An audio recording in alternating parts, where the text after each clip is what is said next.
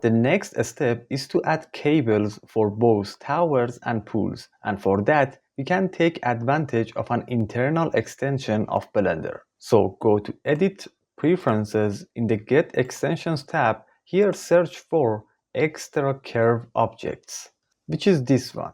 Here you should be connected to the internet. There will be an install button over here, and if you click on it, it will start to install the extension.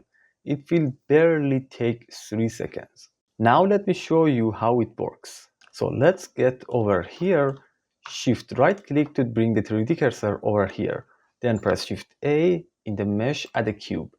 Let's move it up, press shift D to make a duplicate and move it over here. Select both of them, press shift A in the curves. Now we have some more options down here. So in the nuts, we are going to use this one, catenary. And if we select it, there you have it. You can see what a great job it does. It is so handy. So don't touch anything. Open this bottom menu to adjust it. The steps is fine. The bend does a great job. Then increase the bevel radius to give it some thickness. Let's go for 0.05. Yeah, this looks really nice. And the rest of the setting is just fine.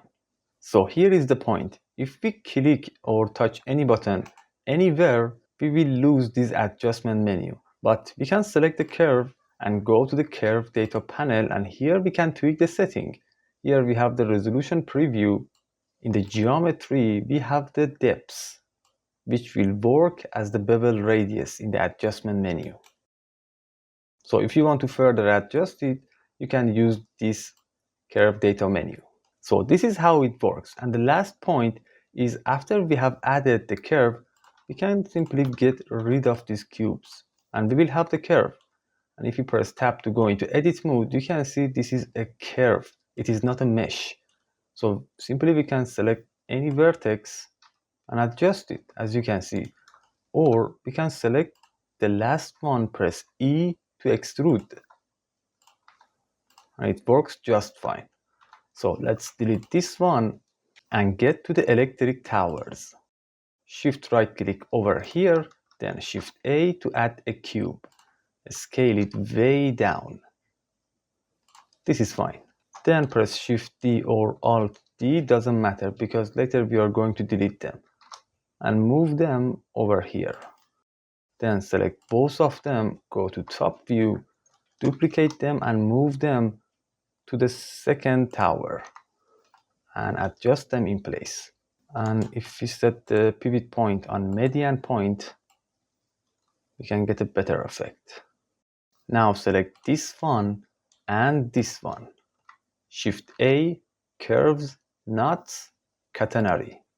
Don't touch anything and let's increase the bend. So this is fine, I guess. And here is a tip. If we switch into wireframe view, we can see that this curve has much more steps than needed. This can simply make your project really heavy because we are going to add multiple curves. So let's decrease the steps to somewhere between 10 or 12. Yeah, this looks fine because these curves will be barely visible once we enable the fog. Then select these two and do the same thing. Shift A, curve, nuts, catenary. The good point is the setting of the last curve will be saved. We can of course again select both of these cubes and add another curve, another cable. And this time we increase the bend to give it a different look. Yeah, I guess this looks really nice. You can do the same thing over here. But if you have a low PC, one is totally fine. There is no need to add another one. Now select these two cubes, go to top view, duplicate them and move them to the third tower. Let's adjust them in place. Here seems to be nice. Let's select these two and add two cables.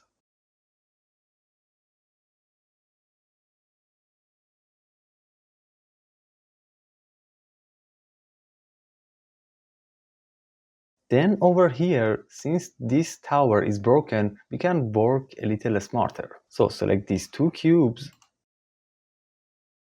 and add a cable. Press Tab to go into edit mode, press A to select everything, then press X to delete vertices. Over here, pick the Draw tool, not the annotation tool, the Draw tool. Press numpad 3 to go into side view.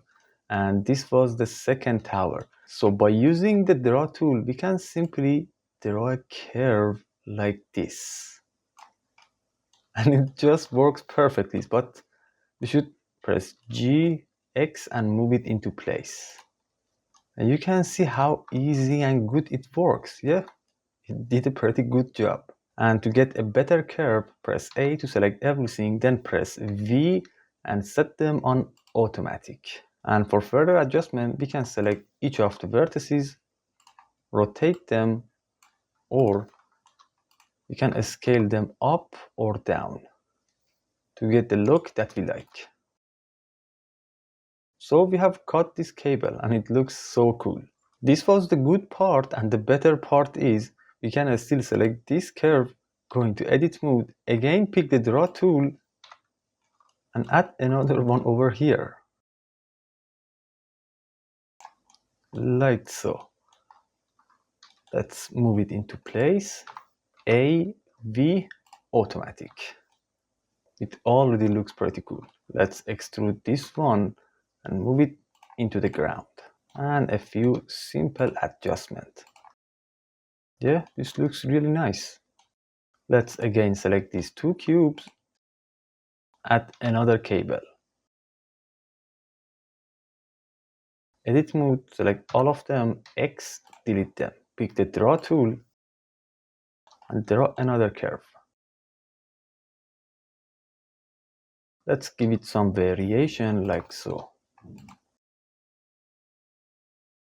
And if you think one of the vertices is not needed, you can select it X, dissolve vertex to get rid of it. And this time, we want to add a small straight one over here. Yeah, looks really nice. So this is the process. Now go on and add more cables for the remaining towers and also the pools on the right side. So done. This is the scene after making the cables. You can see how it helps to the realism of our scene. And as I have mentioned before, we can select these cubes and delete them. So in the outliner, select the first one, scroll down, hold down Shift and select the last one. Press X to delete them. Now select all the cables. Press M, move them into a new collection and call it cables. For the material of the cables, since they will be barely visible if I enable the volume, you can see, I guess they don't even need any material at all. But to make a material for them, we are going to make a really simple one for them. So bring up the shader editor and let me zoom in on one of the cables. Select one of the cables, make a new material for it, rename it to cable. Turn the color into a dark color, something like this. Then decrease the roughness to make it a bit shiny.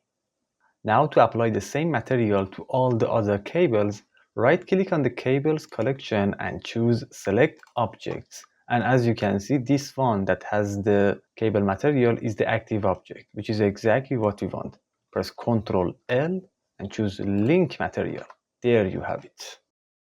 Now let's add some burned vehicles. So open the burned vehicles blend file, grab both of them, Ctrl C to copy, return to our main project, Ctrl V to paste. Move them over here, press M, move them into a new collection and call it burned vehicles. Select the truck and get it close to the first tower. Place it somewhere around here. Then dip it into the ground to sell the effect. This looks fine. Then we can rotate it on the Z-axis. I guess if we scale it up, we will get a better result. Let's go for 1.5. Yeah, seems a proper value. Yeah, nice. I really like the effect. Next, grab the other car, move it this time to the right side of the railing. Let's place it somewhere around here. We should move it up a little bit. RZ180. Let's scale it up. So something like that looks nice over here. 2 vehicles are enough. If we add a lot of models, we actually obscure the environment. So let's call it a day for the machineries and get to the natural elements. So open the natural elements blend file, where we have some nice assets to scatter. Let's begin with the stump.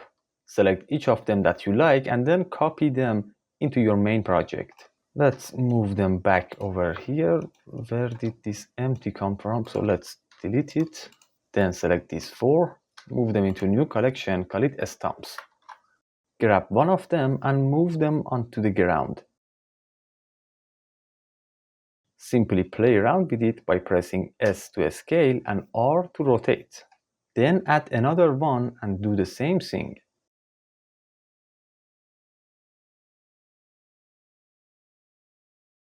If you want to have, for example, more of these, select it and then press Alt-D to make an instance in order to keep your scene light. Then scatter them.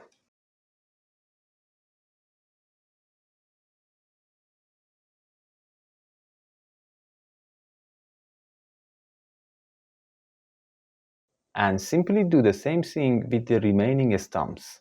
Don't forget to scatter them all over the terrain, but don't add too much because there are other assets that are coming up to be scattered. So try to be gentle and add a few of them. And each time you make an instance, don't forget to play around with the scale and rotation.